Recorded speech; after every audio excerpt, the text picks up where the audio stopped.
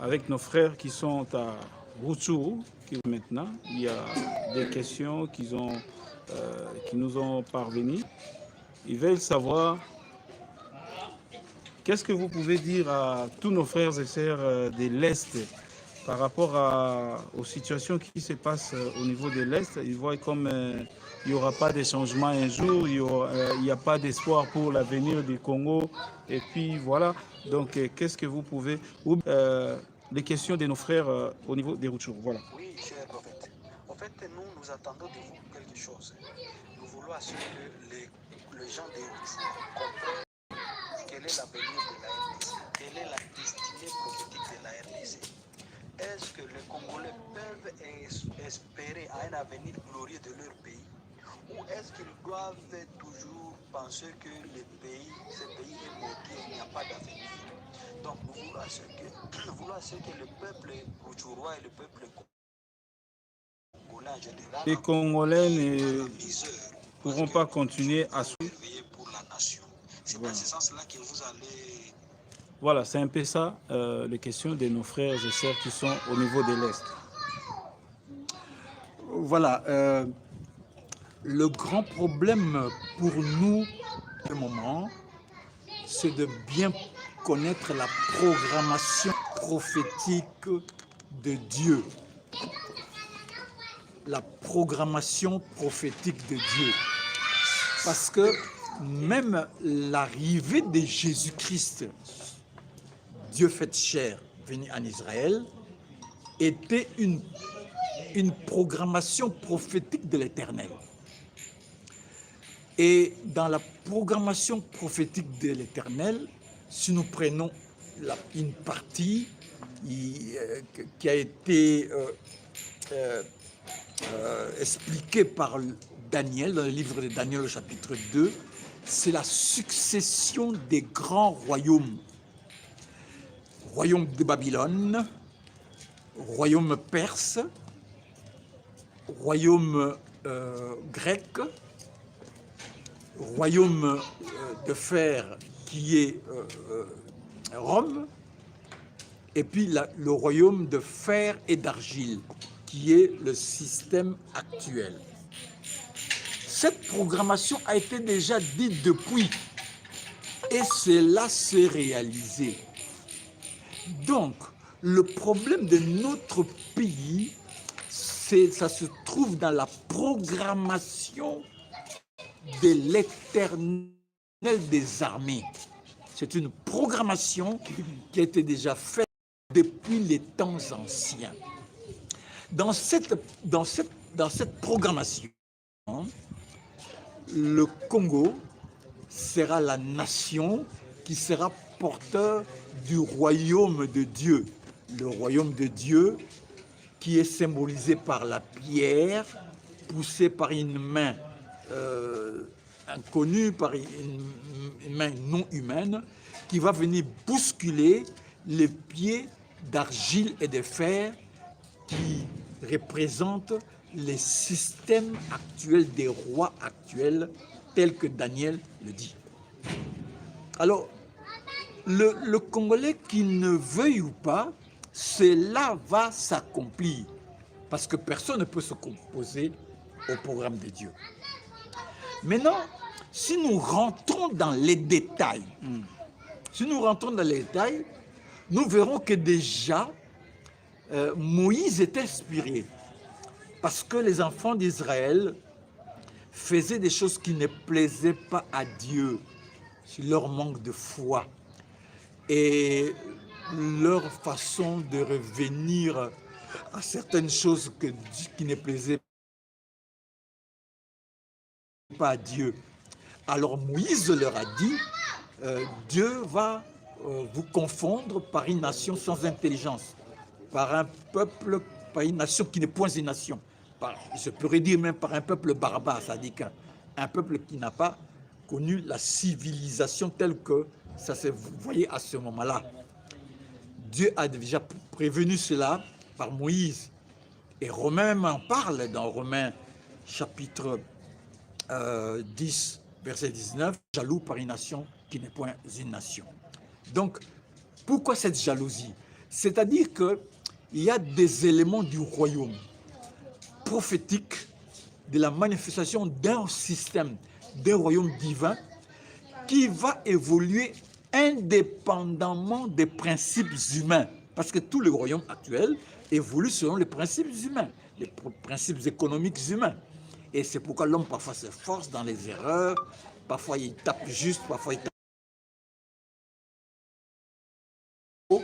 Et nous voyons le monde méli-mélo.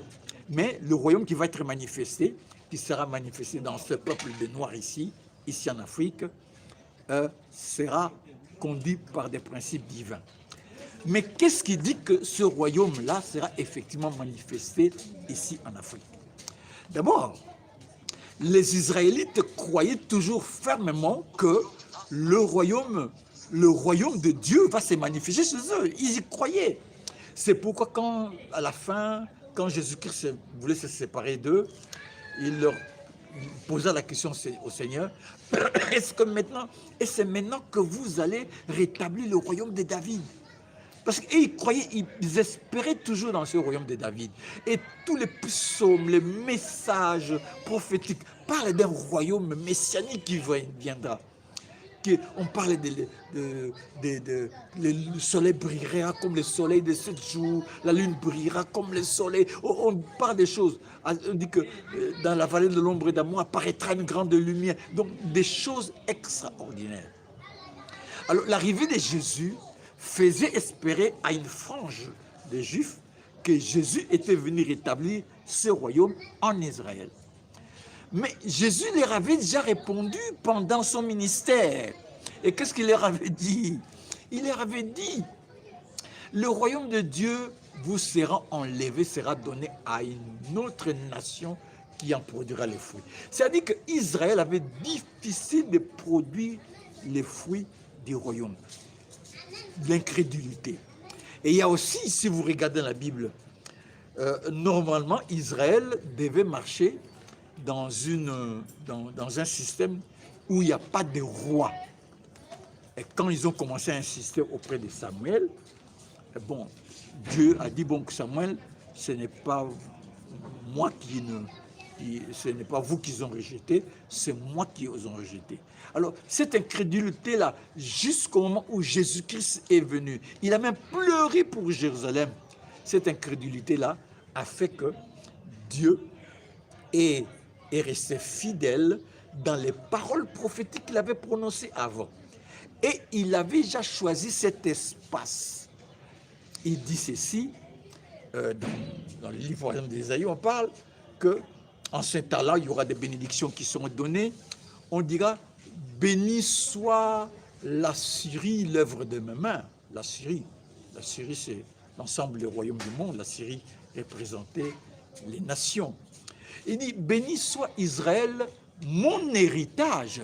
Il n'appelle plus Israël son peuple, mais son héritage. Il dit, béni soit l'Égypte, mon peuple. Mon Égypte sous-entend le pays, les Noirs, c'est lointain des Noirs. Donc, quand on parlait de l'Égypte ici, il faut être dans la conception des gens qui vivaient 650 avant Jésus-Christ. Cette sectionnement, Égypte, Éthiopie, Somalie, patati patata, n'existait pas. Donc toute cette étendue-là, qu'eux ne voyaient pas, qu'eux ne connaissaient pas, qui était lointain, au-delà, on l'appelait ça l'Égypte. Donc, et Ésaïe continue à dire, il parlait de la manifestation de Dieu, de là où les gens entendront la trompette. Il y a une trompette qui va sonner. De là où on entendra le son de la trompette, de là où on verra une bannière, ça c'est Isaïe 18. Et l'Éternel des armées viendra résider dans cette nation. Et son nom, c'est là où il va faire résider son nom. C'est pourquoi, sur le plan prophétique, nous serons dirigés en soi par le nom de Jésus-Christ. C'est-à-dire que plus jamais il y aura en soi un roi humain en train de s'accaparer de l'honneur de la royauté. Souvent, c'est là où il y a de l'amalgame. Mais pour que cela se réalise, Dieu va susciter des serviteurs, de oints de Dieu, qui seront porteurs de la parole de Dieu, de l'onction de Dieu, de l'Esprit de Dieu, pour accomplir cette parole, c'est-à-dire que pour accomplir la mission d'élever Jésus-Christ de Nazareth comme le souverain suprême. Donc, notre nation est devant un devoir. C'est vrai, beaucoup de gens parlent de souffrance, mais je vous apprends les messages prophétiques que le Seigneur nous avait donnés. Tant que les autorités de cette nation n'accepteront pas d'élever Jésus-Christ comme le roi suprême, le souverain roi, nous allons connaître des pires en pire. Pas une personne, ça ne projette pas un groupe de gens, ça projette tous ceux qui ne voudront pas faire que le nom de Jésus-Christ soit élevé et qu'on accepte Jésus-Christ comme le souverain roi. C'est-à-dire qu'il faut que cette parole s'accomplisse. Vous savez, Jésus-Christ est venu en Israël et quand à un certain moment il est rentré à Jérusalem, il est rentré en tant que roi. Il était sur un âne, il est entré en tant que roi et les gens le glorifiaient. Et quand les gens le glorifiaient, les gens qui n'aimaient pas qu'il soit ainsi proclamé, il soit ainsi adulé comme Dieu, et le Seigneur a dit que si même ces gens ici ne le glorifient pas, les pierres même vont le faire. Les pierres, les rochers vont même le faire. Donc, c'est pour vous dire que la programmation de Dieu est que lui, Dieu, étant venu en chair, parce que c'est Dieu qui était venu en chair, et ayant porté le nom de salut, Dieu a porté un nom de salut, le nom de Jésus-Christ de Nazareth. Pourquoi nous disons souvent Jésus-Christ de Nazareth? Parce qu'il y a beaucoup d'amalgames, hein, parce que ces derniers temps, il y a beaucoup de Jésus qui apparaissent, de ceux qui se disent c'est moi Jésus. Non, il n'y aura pas un autre Jésus, il y aura des oints de Jésus. Jésus va oindre ses serviteurs qui viendront accomplir sa parole, gouverner selon son esprit. Alors, le principe du royaume, c'est que on conduit le pays selon l'esprit de l'Éternel. Selon l'esprit de l'Éternel, selon la parole révélée. C'est-à-dire que vous avez la révélation de la parole et l'esprit de l'Éternel vous conduit et vous êtes en train de bâtir une nation. Et l'esprit de l'Éternel qui est manifesté pleinement en Jésus-Christ, qui est porté par le nom de Jésus, l'esprit de l'Éternel va commencer à faire des choses extraordinaires pour que le nom de Jésus-Christ soit glorifié et que les rois de la terre puissent apprendre à louer le Seigneur Jésus-Christ. Donc, nous sommes dans une programmation prophétique. Ce n'est pas on est maudit. Ceux qui seront maudits, c'est ceux qui ne comprennent pas que c'est Jésus qui souhaite être glorifié. Si vous ne comprenez pas que nous tous, ce peuple, nous tous, les autorités, nous devons élever Jésus-Christ comme le souverain suprême pour accomplir la parole de Dieu, alors à ce moment-là, vous allez courir derrière cette malédiction va venir vers vous et vous allez courir vers le bonheur que vous ne l'attraperez pas. Alors les gens donnent souvent des exemples. Voilà, il y a le Japon, il y a les États-Unis qui n'ont pas ce système, ils ont leur système, mais ils vivent quand même mieux que nous. Attention, c'est la même chose qui était en Israël. Israël, il y avait d'autres nations aussi qui évoluaient. Hein. Ne pensez pas que Israël était la seule nation qui évoluait. Il y avait la Syrie, il y avait d'autres nations qui évoluaient et qui avaient plus ou moins, parfois de temps en temps, une certaine stabilité. Mais néanmoins, Israël était contraint par des principes divins. Tant qu'il ne respectait pas ces principes divins, Israël subissait des contraintes venant de Dieu, des contraintes venant de Dieu. Et venant de Dieu pour pouvoir nous tourner vers le Seigneur. Souvent, quand nous, les prophètes, nous parlons de ces choses, on croit qu'on s'attaque aux individus. Ça sert à quoi? Nous sommes en train de programmer, nous sommes en train d'étaler la programmation de Dieu, la volonté de Dieu. Dieu veut ça, ça, ça, ça. Dieu ne veut pas ça, ça, ça, ça. Et ce que Dieu ne veut pas, c'est que nous ne pourrons, nous devons absolument, on confessera que Jésus-Christ est Seigneur à la gloire de le Père, tout genou fléchira devant lui. Et nous devons accomplir la parole. On dit qu'il sera monté sur un cheval blanc, son nom est la parole de Dieu. Jésus est la parole de Dieu. Démontrer au monde que Jésus-Christ est la parole de Dieu. Un peuple qui sera conduit par la parole de Dieu. Et ça, c'est pratiquement jamais fait. Mais qu'est-ce qu'on va faire? Souvent, on montre de Nazareth un nom. C'est pourquoi Pierre l'a dit, tous les écrits, qu'un seul nom qui nous a été donné sous le ciel, par lesquels nous avons le salut. Donc, c'est l'information de ce que Dieu fait. Et en Sophonie, il dit ceci, au-delà de la Nubie, au-delà de l'Éthiopie, ça dépend des livres, hein, les livres anciens disent même, au-delà de Couch, tu vois, les Couch, le pays des Noirs, qui étaient plus ou moins vers la Nubie, vers le Soudan actuel. Au-delà de ce pays-là, mon peuple m'apportera des offrandes. Mon peuple se convertira à l'Éternel et tous serviront l'Éternel d'un commun accord. C'est écrit. Donc ce peuple-là va servir Dieu d'un commun accord. Ce peuple-là, c'est nous. Ce peuple-là, c'est ce peuple-ci.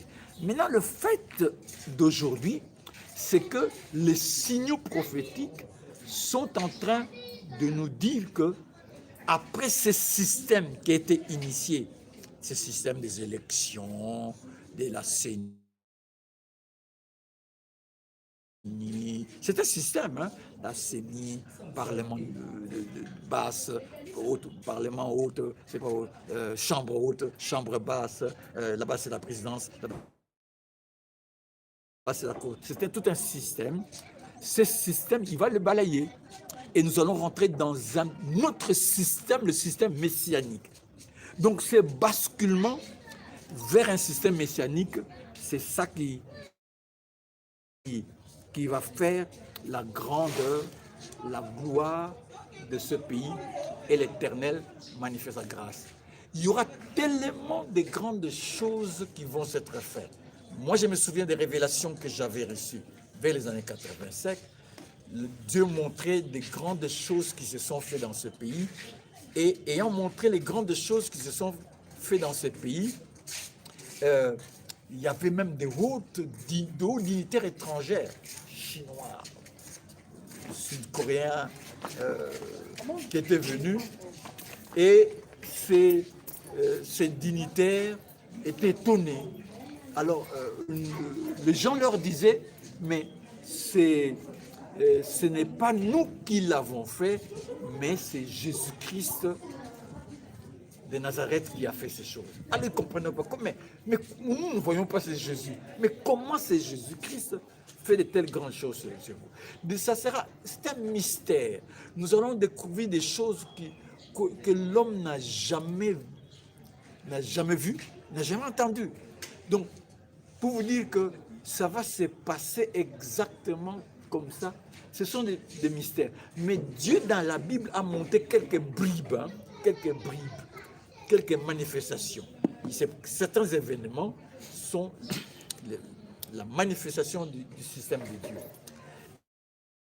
Et la manifestation du système de Dieu, où Dieu vient parfois donner un programme économique. C'est l'histoire de Joseph. Ici, il y a des gens qui étudient, qui vont à l'école, qui font des schémas, mais une révélation vient donner la marche économique à suivre pour résoudre un problème qui va se présenter. Donc, c'est ça le royaume de Dieu. Le royaume de Dieu, c'est tout simplement un système qui marche selon les principes de Dieu, la révélation de Dieu, qui marche selon l'Esprit de Dieu, selon la parole révélée de Dieu, qui ne marche pas selon le schéma humain, selon la programmation humaine. C'est ce qui se passe actuellement avec l'ONU, le schéma humain, et vous voyez que parfois on veut régler tel problème de telle façon, et parfois même on ne trouve pas tellement la solution telle qu'on le voit actuellement. Voilà ce que je voudrais un peu dire pour un peu pousser les uns les autres de pouvoir... De croire encore qu'il y aura des bonnes choses au Congo, il n'y aura pas toujours la continuité de la guerre au niveau de l'Est du pays, et il y a encore l'espoir pour ce pays. Qu'est-ce que vous pouvez dire à tous nos frères et sœurs qui sont à Rutshuru, Beni, Butembo, à l'Est en général, à l'Est de la République démocratique du Congo? Il faut toujours se dire ceci, que le fait qu'il y a beaucoup de problèmes dans cette contrée montre que parmi ce peuple, il y a beaucoup d'élus. Dans ce peuple-là, il y a beaucoup d'élus de Dieu. Il y a beaucoup d'élus de Dieu. Et comme il y a beaucoup d'élus de Dieu, le diable aussi vient. Mais vous devez vous dire ceci, souvent, si le diable se permet d'agir, c'est parce que les gens ne se donnent pas à Jésus-Christ de Nazareth. Okay. Donc, c'est un principe. Moi, personnellement, je ne peux pas rentrer dans ce royaume si je suis dans la franc-maçonnerie, Rose-Croix, je suis dans les combines de vol d'argent. Vous n'entrez pas dans ce royaume, dans ce système. Il y aura toujours comme des événements qui vont me retirer, me mettre hors jeu, parce que c'est un système divin. Donc il appartient maintenant à ceux qui ont reçu l'appel dans leur intérieur, parce que parmi les chrétiens, il y a des gens qui ont reçu l'appel de rentrer dans la vision. La vision rentre d'abord avec son cœur, par le Saint-Esprit. On rentre dans une vision de Dieu. La vision prophétique, messianique de Jésus-Christ.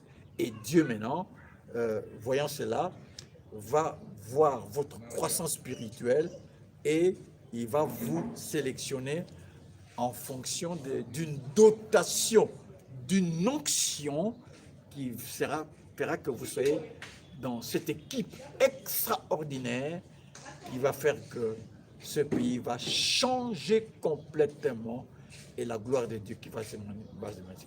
Donc, enlever cette pensée de dire que le pays est condamné.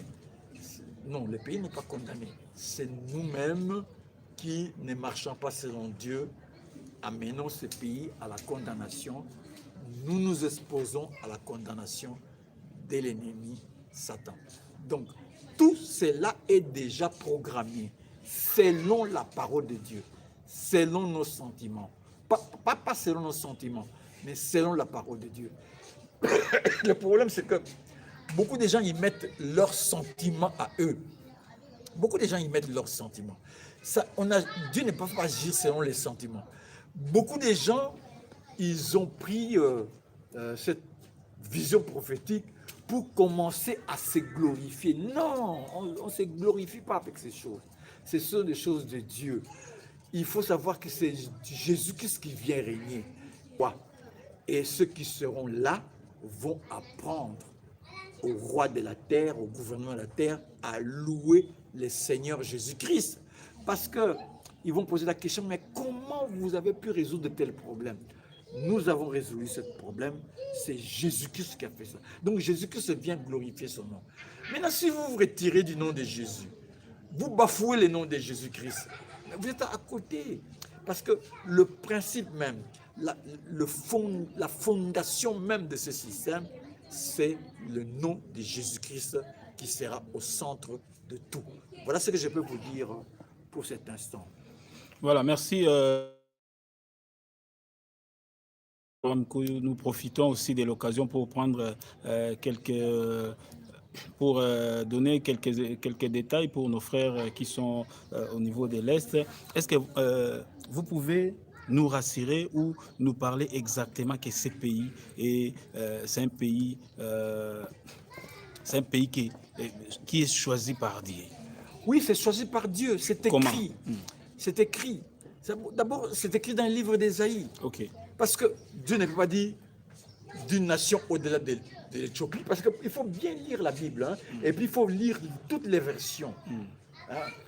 Dans d'autres versions, on ne parle pas même d'Éthiopie, on parle de Couches, de Nubie, au-delà de Nubie. Et quand le prophète qui parle est en Israël, quand il se projette vers la Nubie, au-delà de la Nubie, c'est l'Afrique centrale. Et il donne même des précisions. Dans un pays sillonné de cours d'eau. Or, si vous voyez au-delà de ce pays qui est sillonné de cours d'eau. Et il y a eu des messages complémentaires qui sont venus, ou des prophètes. Il y a eu un prophète de Dieu dans ce pays, un serviteur de Dieu, qui en a parlé, comme Kimbangu. Il y a d'autres prophètes venant d'autres pays qui sont venus le dire pour en parler. Mais Dieu ne vient pas avaliser le système d'un homme. Beaucoup de gens croient à ça. C'est pourquoi parfois je trouve malheureux mes frères, parfois qui sont, parfois actuellement qui gèrent sur certaines choses. Dieu ne vient pas avaliser votre système. Dieu ne vient pas avaliser votre personne. Dieu ne vient pas avaliser Abraham Koui. Dieu ne vient pas avaliser. Dieu vient avaliser le nom de Jésus-Christ. Et Jésus-Christ, en étant glorifié, va glorifier aussi ceux qui sont attachés à lui, attachés à sa vision et ceux qui voudront faire sa volonté. Donc, c'est un système qui n'a jamais été manifesté dans le monde où Jésus-Christ est réellement le président, souverain roi et Dieu de ce pays.